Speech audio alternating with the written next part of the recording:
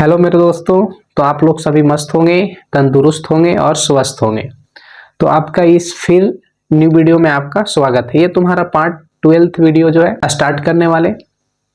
इसमें question number 25 से जहां तक हो सकता है कोशिश करेंगे कम समय में ज़्यादा से ज़्यादा क्वेश्चंस कंप्लीट करेंगे। ठीक है, तो आप कंटिन्यू बने रहे। ये क्वेश्चन नंबर 25 जो कि तुम्हारा स्क्रीन पे दिख रहा है, यही क्वेश्चन क्या करेंगे, इसका आगे हम बताने का क्या करेंगे, प्रयास करते हैं। बिना ज़्यादा समय लगाते हुए क्वेश्चन पे चलते हैं। ठीक है, क्वेश्चन नंबर देखो, क्वेश्चन नंबर 25।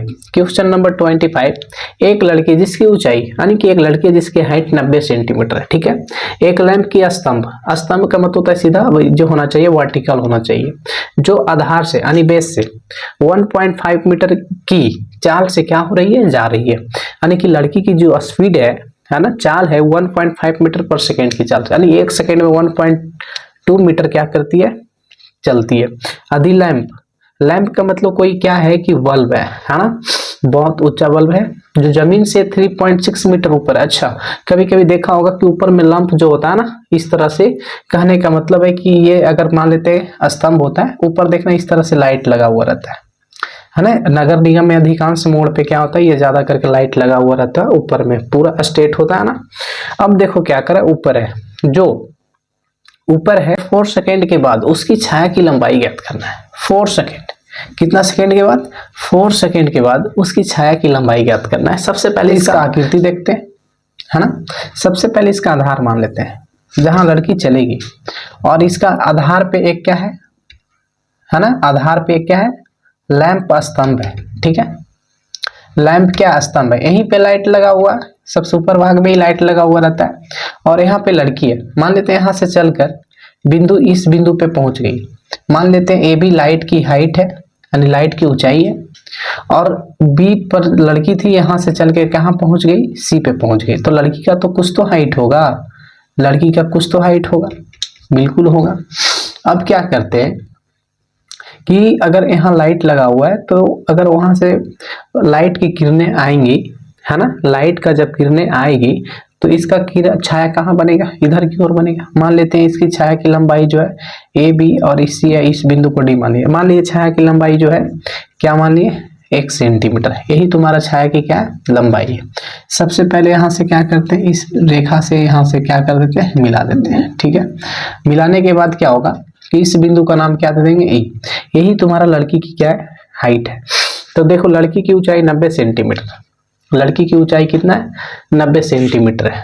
ठीक है, सबसे पहले लड़की की ऊंचाई 90 सेंटीमीटर था, और लैंप के स्तंभ से आधार से 1.2 मीटर पर सेकेंड की चाल से दूर जा रही है। यदि लैंप जमीन से 3.6 मीटर ऊपर है, मतलब ये जो है जमीन से, ये हाँ ये आधार का मतलब ये जमीन हुआ। ठीक है, कितना सेंटीमीटर ऊंचा है, तो 3.6 मीटर की क्या है, ऊंचाई पे है। ठीक है, 3.6 मीटर की क्या है, ऊंचाई पे है। अब देखो क्या है कि ऊपर में है, तो 4 सेकेंड के बाद उसकी छाया की लंबाई क्या होगा, मतलब जब यहां से यहां तक आई है ना, किस स्पीड से आ रही थी, तो 1.2 मीटर पर सेकेंड के स्पीड से आ रही थी, है ना। तो 4 सेकेंड के बाद, जैसे यहां से यहां तक आने में इसको 4 सेकेंड लगा, उसके बाद जो है इसकी छाया जो है ना, इसकी छाया की लंबाई क्या होगी, यही हम लोग को क्या करना है, निकालना है। सबसे पहले जो क्वेश्चन था उसको मान लेते हैं। ठीक है, जो माने, माना कि सबसे पहले क्या माने, माना कि ए बी लैंप की ऊंचाई है, ए बी लैंप की क्या है, ऊंचाई है। ठीक है, तथा ध्यान से देखना, तथा ये कह सकते हैं कि इसी लड़की की ऊंचाई है, लड़की की क्या है, ऊंचाई है, तथा डीसी लड़की की छाया की लंबाई है। क्या, छाया की लंबाई है, लंबाई है। कोई दिक्कत, ये पहले लिख लेना बहुत क्या जरूरी है। अब देखो क्या देख रहे हैं, क्या देख रहे हैं कि 90 सेंटीमीटर, जिसकी लंबाई 90 सेंटीमीटर है, लड़की की लंबाई कितना, यानी हाइट जो है कितना है, 90 सेंटीमीटर है, और ये मीटर में है और ये सेंटीमीटर में। देखो तुम्हारे आंख के सामने दिख रहा होगा, लैंप की जमीन से इतना मीटर ऊपर है, यानी कि सॉरी 3.6 मीटर ऊपर है और ये सेंटीमीटर में है। तो कोशिश करेंगे कि अगर 90 सेंटीमीटर को अगर मीटर में बताएंगे तो 100 से भाग पड़ेगा, एक शून्य से एक शून्य कटेगा, 9/10 इक्वल टू क्या होगा 0.9 मीटर। 0.9 मीटर यानी कि ये जो यहाँ से यहाँ तक की जो इसका ऊंचाई है ये क्या है 0.9 मीटर। 0.9 मीटर है ना, इसकी क्या है ऊंचाई हो गया। अब देखो क्या करते हैं, बहुत अच्छा क्वेश्चन है।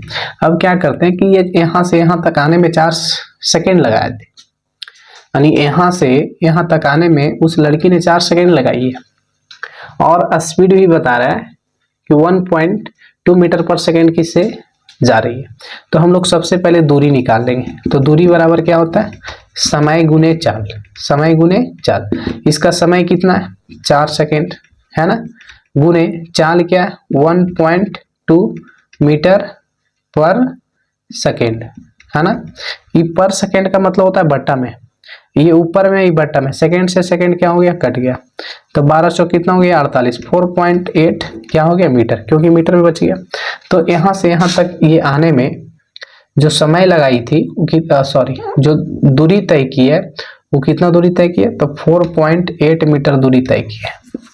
उस लड़की ने यहाँ से यहाँ तक आने में कितना मीटर की दूरी तय की है 4.8 मीटर, 4.8 मीटर की दूरी तय की है। यानी प्रॉब्लम कहीं तो प्रॉब्लम नहीं हो रहा होगा, बिल्कुल आसान है, सबको मीटर में बदल देना है। जैसे 90 सेंटीमीटर था तो इसको मीटर में बदले तो 0.9 मीटर आ गया। अब देखो क्या करते हैं कि सबसे पहले कि इसमें जो है हमको x की वैल्यू निकालना है। देखो यानी इस लड़की की छाया की लंबाई निकालना है। तो सबसे पहले क्या करना कि इस त्रिभुज और बड़ा वाला त्रिभुज को आपस में समरूप दिखाना। ठीक है, सबसे पहले देखो क्या करते हैं, जो दिया था तो DC बराबर क्या दिया हुआ है x सेंटीमीटर माने x मीटर माने, क्योंकि टोटल मीटर में, और BC इक्वल टू क्या है 4.8 मीटर आया। AB बराबर कितना आया, तो AB बराबर 3.6 मीटर आया, और EC कितना दिया हुआ है 0.9 मीटर है। ठीक है, अब हम लोग क्या चल रहे हैं ध्यान से देखना। अब देखो क्या है, ट्रायंगल बड़ा वाला ABD में, ABD और ट्रायंगल ECD में दोनों को समरूप करेंगे। ठीक है, दोनों को आपस में क्या करना है समरूप करना है। देखो यहाँ जो होगा ये 90 बनेगा और यहाँ भी ये क्या बनेगा 90 बनेगा। ठीक है, तो अगर हम देखते हैं ABD में, तो ABD में B जो है इसमें 90 है और इसमें एंगल C जो है 90 है, यानी 90 से दोनों क्या हो गया इक्वल हो गया। और कोण D जो है वो अनिष्ट दिख रहा है, नहीं दिख रहा है। अगर मान लेते हैं ABD है और दूसरा क्या है ECD है, तो ये एंगल D जो है दोनों के लिए क्या हो रहा है इक्वल हो रहा है। यानी कह सकते हैं कि एंगल D जो होगा एंगल D के क्या होगा बराबर होगा। यानी कह सकते हैं ये उभयनिष्ठ है। क्या है उभयनिष्ठ क्या है उभयनिष्ठ हो गया। और किसी भी त्रिभुज में दो कोण है ना आपस में बराबर हो जाए, जैसे इस त्रिभुज में भी दो कोण, इस त्रिभुज का बड़ा वाला का भी दो कोण, आपस में दो कोण क्या है इक्वल है। अतः कह सकते हैं कि दोनों त्रिभुज क्या होंगे समरूप होंगे। तो अगर हम यहाँ समरूप करते हैं ABD समरूप है, ध्यान से देखना ABD समरूप है। अगर ABD यानी 90 से हम क्या जा रहे हैं, यानी 90 से हम लोग कहाँ जा रहे हैं उभयनिष्ठ की ओर जा रहे हैं। तो देखो समझो पहले 90 से उभयनिष्ठ से पहले शेष कोण, तो शेष कोण यहाँ 90 फिर उभयनिष्ठ हो गया। तो इसमें त्रिभुज की कौन सा चलना पड़ेगा ECD में, किस में चलना पड़ेगा ECD में, और लिखेंगे एंगल समरूपता से। एंगल क्या हो गया समरूपता से, ये जो है ये दोनों का क्या हो गया समरूप हो गया। अब यहाँ लिखेंगे क्या लिखेंगे दो समरूप त्रिभुज के संगत भुजा समानुपाती होती है। अब देखो समानुपाती होती है तो देखो क्या करते हैं ध्यान से समझेगा, कहीं भी कोई प्रॉब्लम नहीं होगा। मतलब बारी बारी से समझना। अब देखो क्या करते हैं कि अगर इसमें हम ए बी लेते हैं तो क्या इसमें ए बी का मान अवेलेबल है? पहले से ये सब रीजन बताएं कि जिसका मान दिया हुआ है वो लेके चलना है और जिसका मान निकालना है वो चलना है। तो इसमें ए बी अगर लेते हैं तो ए बी का मान दिया हुआ है, तो ए बी के साथ कौन लेना पड़ेगा? ई सी। क्या ई सी का मान है? बिल्कुल है, तो यहाँ लिखना पड़ेगा ई सी बराबर। अगर इसमें हम लोग चलते हैं बी डी, तो बी डी का मान है बी डी, बी डी का मान होगा तो बी डी लेंगे, तो इसमें चलना पड़ेगा सी डी, तो बिल्कुल हो जाएगा। तो इसमें लेंगे बी डी, क्या लेंगे? बी डी, तो इसमें होगा सी डी। देखो बी से डी तक की दूरी तो सी से डी तक की दूरी। अब देखो बी डी की वैल्यू क्या है? बी से डी तक की दूरी क्या है? तो यहाँ से यहाँ तक की दूरी जुड़ जाएगा, ये दोनों इंक्लूड हो जाएगा, तो x प्लस क्या होगा? x प्लस इतना हो जाएगा। लेकिन हमको चाहिए ए बी की वैल्यू पहले, तो ए बी का मान क्या है? 3.6, 3.6। और इसी की वैल्यू क्या है? 0.9, 0.9 इक्वल टू बी डी की वैल्यू क्या है? बी से डी तक की दूरी क्या है? x प्लस, ध्यान से देखो, x plus 4.8 by C D की वैल्यू क्या है? तो सी से डी तक की दूरी क्या है? x है, तो ये x लिखें। इसमें x की वैल्यू निकालना है।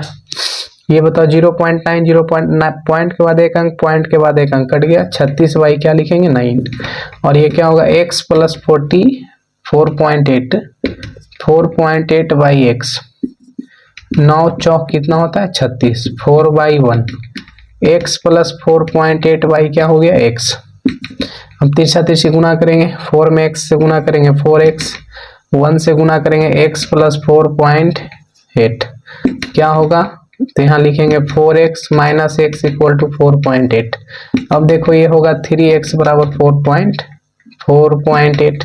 अब इसमें से x की वैल्यू चाहिए 4.8 बाई 3, भाग पड़ जाएगा, तो 3 एक व्रत में और 3 छक 18, यानी 1.6 आ गया। यानी लिख सकते हैं x की वैल्यू 1.6। अतः हम लोग क्या कहेंगे कि x की जो वैल्यू था वो सी डी निकल गया। तो यहाँ देखो सी डी बराबर कितना निकल गया? 1.6 मीटर, 1.6 मीटर, जो कह सकते हैं कि लड़की की छाया की लंबाई बराबर 1.6 मीटर, जो कि क्या हो गया? आंसर हो गया। नेक्स्ट क्वेश्चन 26 पे चलते हैं हम लोग, ठीक है। क्वेश्चन नंबर 26 दिए गए चित्र में, देखो चित्र दिया गया ABC एक समकोण त्रिभुज है जिसका एक कोण समकोण है और AD लंब BD पे, AD लंब BD भी कह सकते हैं, BC भी कह सकते हो, BD के BC भी सुधार सकते हो, और AB यहाँ D दिया हुआ था तो D नहीं, वहां क्या होगा? C होगा, सुधार लेना। दिखाएं यानी साबित करना है। फर्स्ट में प्रूव करना है AB स्क्वायर जो होगा BC इंटू BD होगा, ठीक है। सेकेंड है AC स्क्वायर बराबर BC इंटू DC, ठीक है। और थर्ड क्या है? AB इंटू AC बराबर में होगा BC इंटू AD, ठीक है। एक एक करके बारी बारी से क्या करना है? प्रूव करते हैं, ठीक है। सबसे पहले देखो इसमें जो दिया हुआ है उसको पहले क्या करना पड़ेगा? लिखना पड़ेगा। और फर्स्ट प्रूव करेंगे, फिर सेकेंड प्रूव करेंगे, यानी एक ही क्वेश्चन में। ऐसे तो ये पहले भी हम प्रूव किया है कि अगर किसी भी समकोण त्रिभुज में समकोण बनाने वाली भुजा के सामने वाली भुजा पर क्या डाला जाए? लंब डाला जाए, है ना।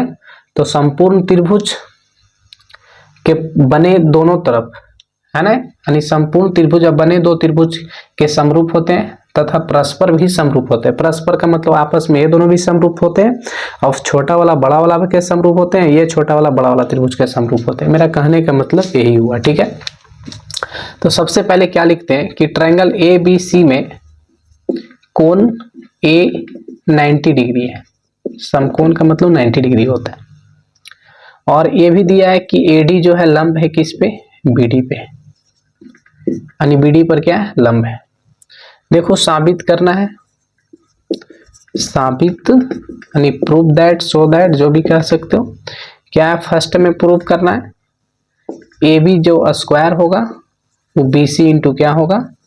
BD होगा। ये फर्स्ट में प्रूव करना है। सबसे पहले देखो प्रमाण इसका, सबसे पहले इसका प्रमाण देखो क्या करते हैं कि एडी लंब बीटी पे है, ठीक है। इसका मतलब ए बी का जो स्क्वायर है दो बार कब आएगा, जब बड़ा त्रिभुज और इस छोटा त्रिभुज में चलेंगे तभी ये दो बार आ सकता है। और बड़ा त्रिभुज और छोटा त्रिभुज को ये जानता है कि समरूप है, लेकिन समरूप करते हैं, देखो ध्यान से क्या लिखेंगे, ए बी सी और ट्रायंगल ए डी बी, क्या होगा A D B, A D B, है ना। ये दोनों को प्रूव करते हैं, ध्यान से देखना। क्योंकि बड़ा त्रिभुज में 90 कौन है, इस त्रिभुज में 90 कौन है ए, और इस त्रिभुज में 90 क्या है डी, यानी 90 से क्या हो गया, दोनों इक्वल हो गया, ठीक है। फिर से प्रूव कर रहे हैं। और क्या देख रहे हैं कि कोण बी जो है छोटा त्रिभुज के लिए और बड़ा त्रिभुज के लिए उभयनिष्ठ हो गया, यानी एंगल बी जो होगा एंगल बी के बराबर होगा, यानी लिख सकते हैं उभयनिष्ठ, क्या लिख सकते हैं उभयनिष्ठ से आपस में बराबर हो गया। अतः कह सकते हैं कि दोनों किसी भी त्रिभुज में दो कोण क्या हो गया, बराबर हो गया। किसी भी दो त्रिभुज में दो कोण क्या हो रहा है, बराबर हो रहा है, तो समझ जाना क्या होगा, समरूप होगा। तो ट्रायंगल अगर इसमें लिखते हैं ए बी सी, समरूप होगा ए बी सी, यानी 90 उभयनिष्ठ और शेष कोण, तो इसमें 90 उभयनिष्ठ और ये शेष कोण बनेगा, तो इसमें होगा D B A, D B ए क्या होगा, तो लिखेंगे एंगल एंगल एंगल समरूपता से, एंगल एंगल समरूपता से। और ये भी जानते हैं कि दो समरूप त्रिभुज, दो समरूप त्रिभुज के संगत भुजा समानुपाती होता है, समानुपाती होता है, ठीक है। तो सबसे पहले चूंकि अगर इसमें हम क्या लिखते हैं ए बी, तो इसमें क्या लेना पड़ेगा डी बी, ए बी बटा क्या लेना पड़ेगा डी बी लेना पड़ेगा। और अगर इसमें हम लेते हैं सी बी, तो इसमें क्या ले सकते हैं ए बी, वैसा लेना है कि ए बी में ए बी से गुना करने पर ए बी स्क्वायर हो जाना चाहिए, उसके अलावा जो भी लेना पड़ता है उसको लो, ठीक है। अब क्या करते हैं कि ए बी में ए बी से गुना करेंगे ए बी स्क्वायर, और इसको बी सी, सी बी को बी सी भी कर सकते हैं, B C into D B, है ना।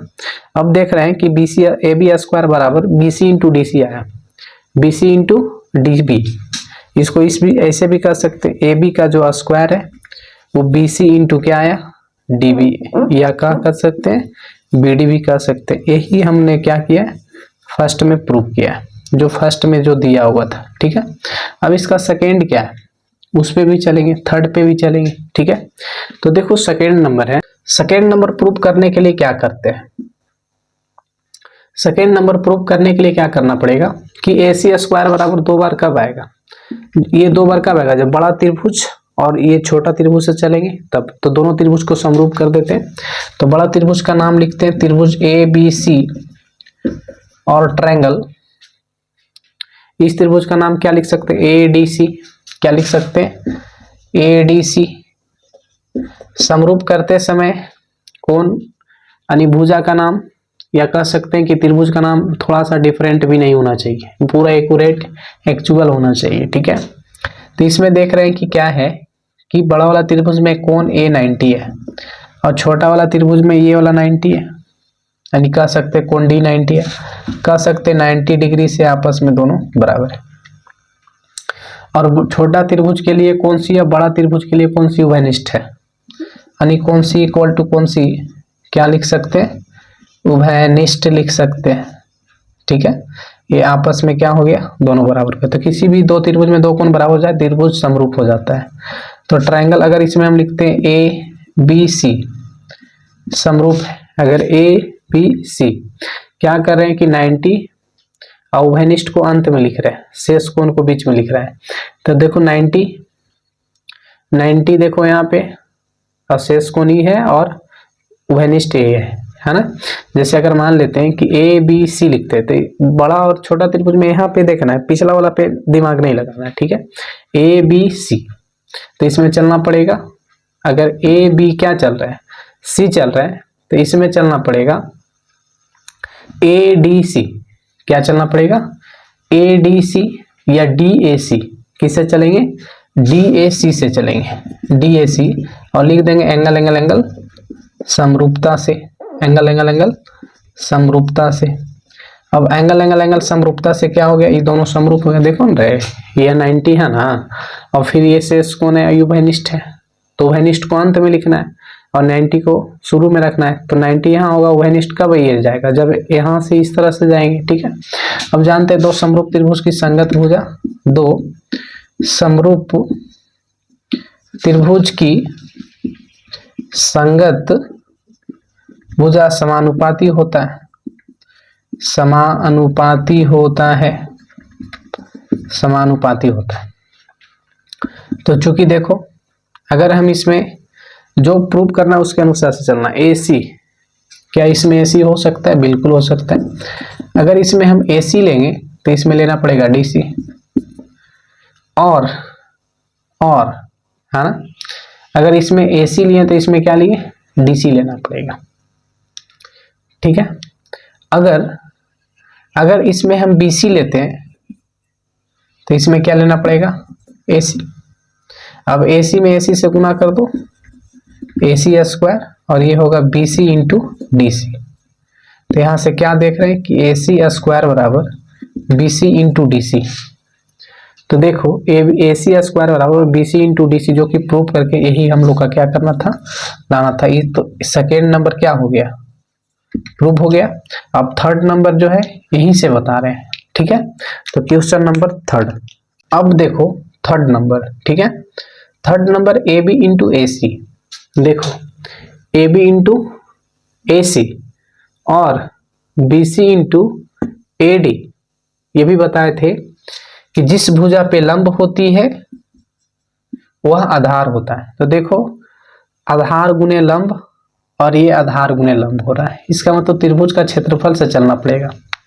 तो क्या करते हैं कि सबसे पहले ऐसा कर सकते हैं, त्रिभुज ABC का क्षेत्रफल क्या होता है, हाफ गुने आधार गुने ऊंचाई। अब देखो कि ABC का क्षेत्रफल हाफ, अगर हम लोग आधार AB मानेंगे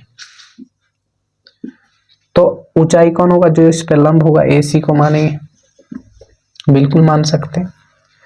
तो यहां से क्या कर सकते हैं कि इसलिए एरिया ऑफ ट्रायंगल क्या आया, ABC ये आया। ये समीकरण क्या मान लो, फर्स्ट मान लो।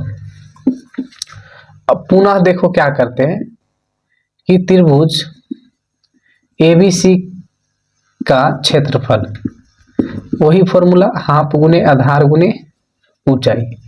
क्या करते हैं कि हाफ, अगर आधार हम लोग BC मानेंगे तो इस पे ऊंचाई कौन हो जाएगा, AD। तो यहाँ होगा BC into AD, BC into AD, BC into क्या हो गया, तो कह सकते हैं कि एरिया ऑफ ट्रायंगल किसका निकल गया, ABC। Area of triangle ABC को हिंदी में कहते हैं त्रिभुज ABC का क्षेत्रफल। ये समीकरण क्या हो गया, सेकेंड हो गया, समीकरण क्या हो गया, सेकेंड हो गया, ठीक है। अब देख रहे हैं कि दोनों का LHS बराबर, कभी कभी क्या करते थे कि RHS बराबर होता था तो LHS बराबर करते थे। अभी दोनों में LHS क्या है, बराबर है, क्योंकि ये भी त्रिभुज ABC का क्षेत्रफल है और ये भी त्रिभुज ABC का क्षेत्रफल है, तो दोनों एक ही त्रिभुज का क्षेत्रफल भी क्या होगा, बराबर होगा, होगा कि नहीं होगा। तो यहाँ लिखेंगे समीकरण फर्स्ट और सेकेंड से, समीकरण फर्स्ट और समीकरण सेकेंड से, ठीक है। देखो फर्स्ट में क्या है, 1/2 आधार AB और ऊंचाई क्या है, AC। इसका क्या होगा, हाफ गुने आधार गुने ऊंचाई, हाफ से हाफ क्या हो रहा है, कट गया। तो देखो क्या बचा, तो लिखेंगे इसलिए AB इंटू AC और बराबर हो गया BC इंटू AD। देखो ये प्रूव करके लाना था, तो ये हम लोग का थर्ड नंबर प्रूव हो गया, ठीक है। क्या हो गया, थर्ड नंबर प्रूव हो गया। Question number next, question number 27, ठीक है। क्वेश्चन नंबर 27, दिए गए चित्र में, देखो चित्र दिख रहा है, कोण ABC 90 है, ABC यानी B क्या है, 90 है, और BD लंब AC पे, BD जो है लंब है किस पे, AC पे, और BD equal to 8 centimetre, B से D तक की दूरी 8 सेंटीमीटर, ठीक है। और AD की वैल्यू A से D तक की दूरी कितना है, 4 सेंटीमीटर, यानी यहाँ से यहाँ तक की जो दूरी है ये 4 सेंटीमीटर है, और यहाँ से यहाँ तक की जो दूरी है वो कितना सेंटीमीटर दिया हुआ, 8 सेंटीमीटर दिया हुआ। तो CD की वैल्यू निकालना है, तो C से D तक की क्या निकालना है, दूरी इसको क्या मान लो 1 सेंटीमीटर निकालो, यही हम लोग को दूरी निकालना है। सबसे पहले जो दिया वो उसको लिखते हैं। क्या है कि कोण ए बी सी बराबर क्या है 90 डिग्री,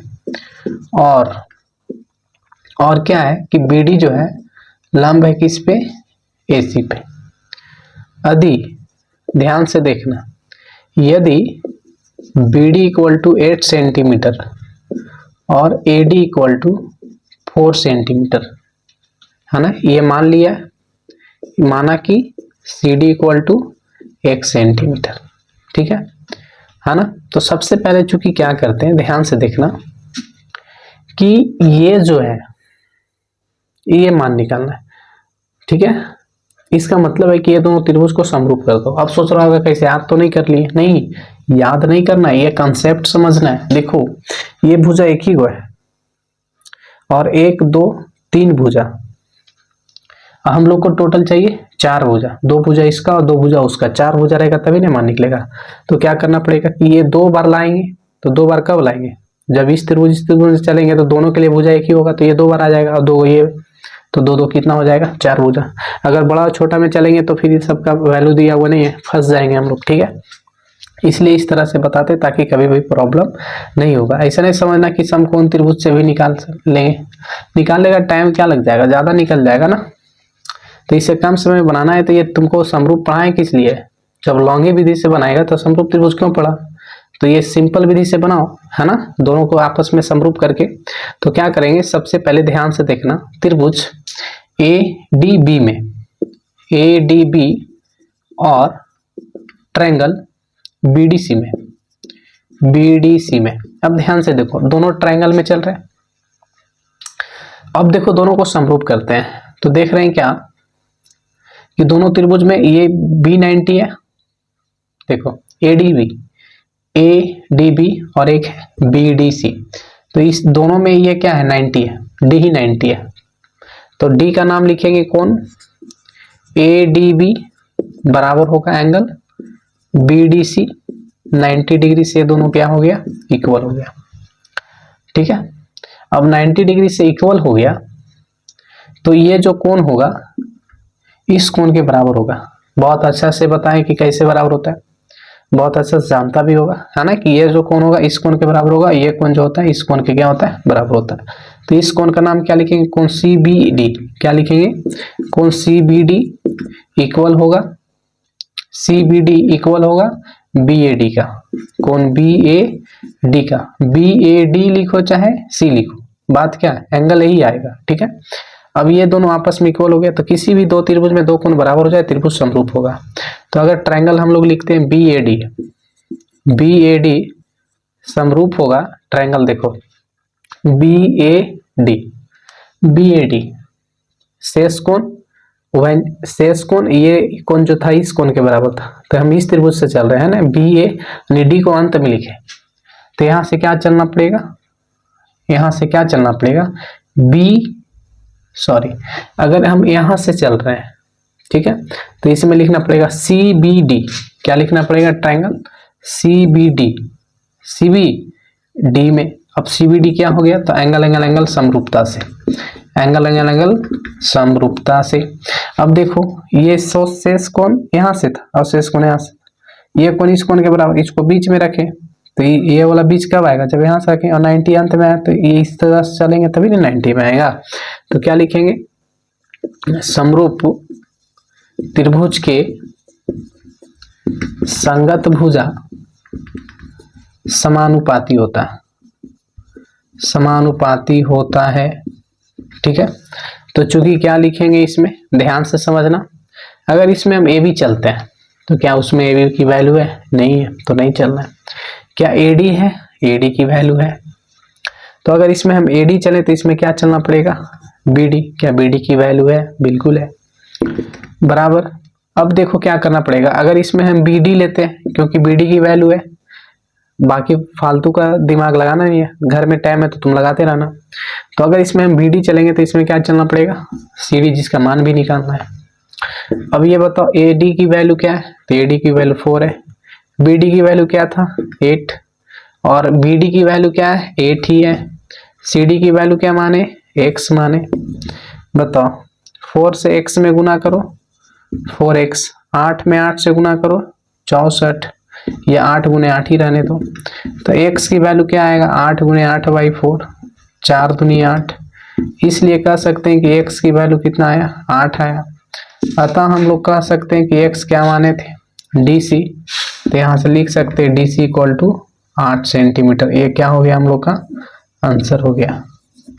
नेक्स्ट क्वेश्चन 28, ठीक है। क्वेश्चन नंबर 28, दिए गए चित्र में कोण ABC बराबर 90 है। देखो चित्र दिया हुआ ABC, इसमें से ABC क्या है 90 है, यानी B क्या है 90 है, और BD लंब AC पे, और BD जो है लंब किस पे AC पे। यदि AB बराबर 5.5 सेंटीमीटर, 5.7 सेंटीमीटर, BD बराबर 3.8 सेंटीमीटर, BD बराबर 3.8 सेंटीमीटर और CD इक्वल टू 5.4 सेंटीमीटर, तो BC की वैल्यू निकालना है, यानी इसका वैल्यू निकालना है।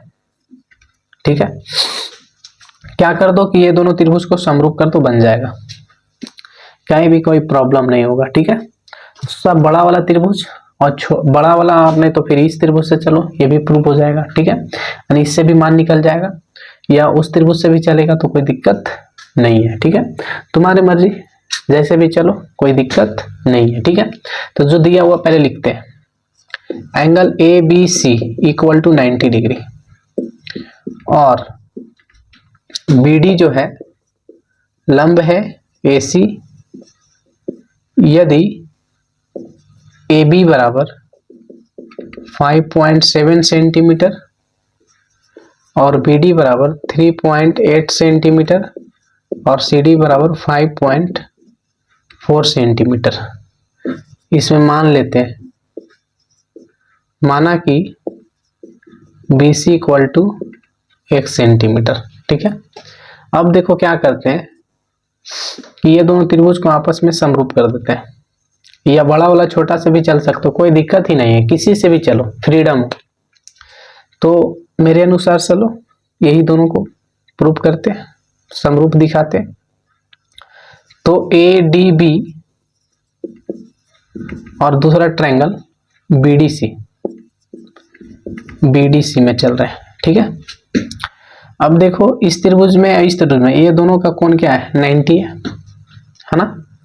तो बताओ कोण ADB और इसमें होगा कोण BDC, क्या है BDC। 90 डिग्री से क्या हो गया, दोनों बराबर हो गया।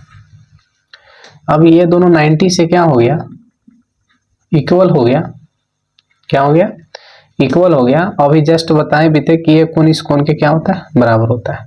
यानी लिख सकते हैं BAD जो होगा बराबर होगा कोण CBD का,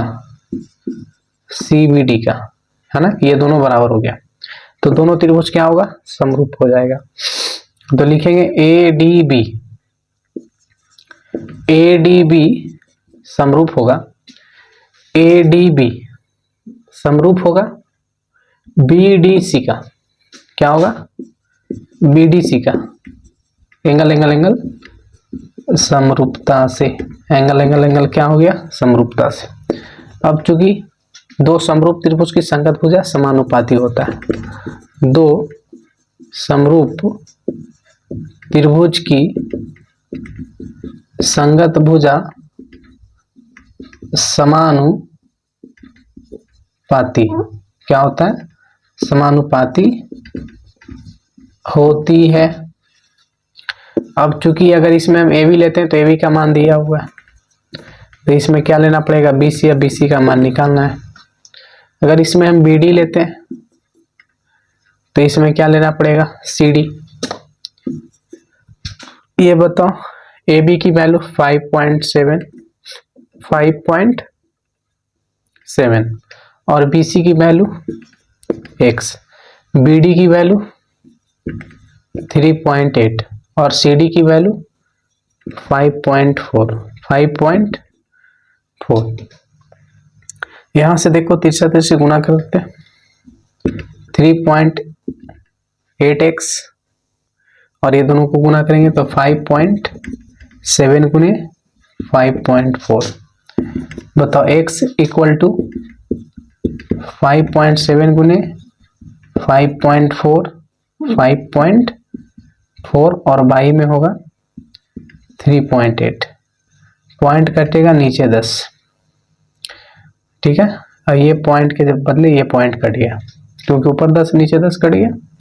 अब देखो क्या लिखेंगे, x इक्वल टू ऊपर हो गया 57 गुने 54 बाई 38 गुने 10, ठीक है। कटेगा काट दो, देखो 19 से कट रहा है, 19 दूनी 38, 19 दिया 57 और 2 से ही कट रहा है, 27 दूनी 54। अब देखो x इक्वल टू 27 दिया 81 और बाई में कितना हो रहा है 10, x होने के बाद पॉइंट बैठेगा यानी x इक्वल टू 8.1। इसलिए हम लोग कह सकते हैं x की वैल्यू 8.1 सेंटीमीटर क्या हो गया, आंसर हो गया। अतः हम लोग कह सकते हैं कि CD की जो वैल्यू होगा है ना, यानी CD बराबर 5.4 सेंटीमीटर क्या हो गया, आंसर हो गया जो निकालना था। Next question 29 number. Question number 29 दिए गए चित्र में, देखो दिया गया चित्र है, कोण CAB 90 यानी ये कोण 90 है, ठीक है। AD लंब है BC पे, ठीक है। दिखाया यानी साबित करना है कि ट्रायंगल BD यानी BDA जो होगा समरूप होगा त्रिभुज BAC का, BAC का समरूप होगा BDA और दूसरा है BAC BDA दोनों समरूप होगा, ये वाला और बड़ा त्रिभुज दोनों आपस में समरूप होगा। और AC equal to 75 centimetre, AB बराबर 1 मीटर, ये सेंटीमीटर में ही मीटर में ध्यान से, और BC इक्वल टू 1.25 मीटर।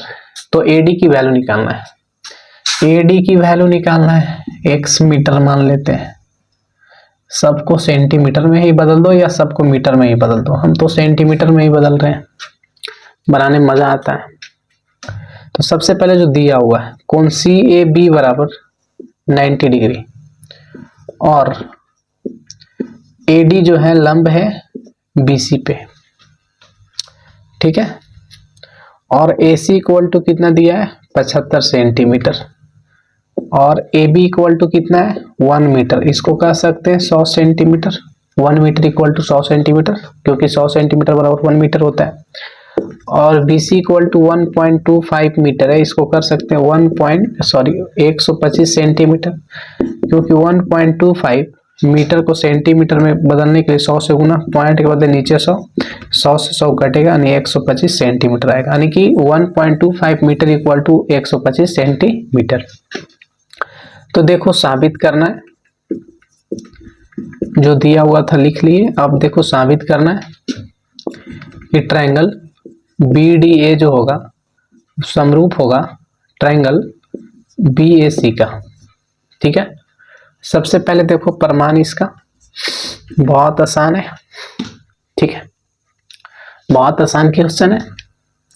सबसे पहले ये दोनों ट्रायंगल की बात करते हैं, तो देखो इस पे लंब दिखा रहा था, लिखा हुआ था कि लंब है। तो अगर ये दोनों ट्रायंगल में हम लोग चलते हैं जिसमें प्रूव करना है त्रिभुज BDA और दूसरा त्रिभुज BAC, तो देखो BDA में कोण D क्या है 90 है, लिख सकते हैं कोण BDA बराबर होगा ये BAC का, BAC में A 90 है, BAC यानी 90 डिग्री से दोनों क्या हो गया बराबर हो गया। चलो ठीक है, और क्या देख रहे हैं कि दोनों त्रिभुज में B जो है उभयनिष्ठ है, B और B दोनों क्या है उभयनिष्ठ है, यानी angle B equal to angle B उभयनिष्ठ है, उभय क्या है निष्ठ है, क्योंकि छोटा त्रिभुज में C उतना ही बन रहा है, बड़ा में भी उतना ही बन रहा है, तो उभयनिष्ठ हो गया। तो किसी भी दो त्रिभुज की दो कोण बराबर त्रिभुज समरूप। तो अगर हम यहां से लिखते हैं BDA, क्या लिखते हैं BDA, तो समरूप होगा, देखो BDA उभयनिष्ठ 90 शेष कोण अंत में, तो बताओ इस त्रिभुज में उभयनिष्ठ यहाँ और 90 यहाँ और शीर्ष कोण यहाँ, तो क्या होगा ट्रायंगल BAC। BAC लिखेंगे एंगल एंगल एंगल समरूपता से, एंगल एंगल एंगल समरूपता से। ये नहीं कि ये वाला देख के यहाँ पे लिख लेना, कभी वैसा कोशिश नहीं करना, नहीं तो पूरा अंदर से सेटिस्फाई नहीं हो पाएगा, ठीक है, डॉट रहेगा। अब जानते हैं कि दो त्रिभुज की संगत भुजा समानुपाती होता है, लिख देंगे दो समरूप त्रिभुज की संगत भुजा समानुपाती होती है, ठीक है, समानुपाती होती है। अब चूंकि सबसे पहले देखो, अगर हम इसमें लिखते हैं जो जो मान दिया उससे चलना है, ठीक है। अगर BD चलते तो BD की वैल्यू है BD नहीं है, BD नहीं है। AB की है, हाँ AB है। तो अगर इसमें हम AB चलते हैं तो इसमें CB चलना पड़ेगा, CB है, CB, हाँ CB को कह सकते हैं BC बराबर। अगर इसमें AD चलते हैं तो इसका मान ही निकालना है, चलो ठीक है। तो अगर इसमें AD चले तो इसमें क्या चलना पड़ेगा CA को कह सकते हैं AC, बोले मजा आता है। AB की वैल्यू क्या है बोलो, 1 metre equal to 100 centimetre. B से C तक की दूरी 100 यानी 1.25 मीटर इक्वल टू 125 सेंटीमीटर बराबर। AD की वैल्यू तो निकालना है, x माने AC की वैल्यू 75 सेंटीमीटर है। बताओ 25 से 25 चौक 100, 5 में x से गुना करेंगे 5x और ये होगा 4 गुने 75। x की वैल्यू चाहिए 4 गुने 75/5, ये कट जाएगा। 15 पचे 75, 15 पचे कितना आएगा 75 आएगा ना। तो यहाँ क्या लिखेंगे x इक्वल टू 15 चौक 60, 15 चौक 60, यानी इसलिए x की वैल्यू कितना आया 60 आया। x को क्या माने थे AD, यानी लिख सकते हैं इसलिए AD इक्वल टू 60 सेंटीमीटर। ये क्या हो गया, तो आंसर हो गया, ठीक है।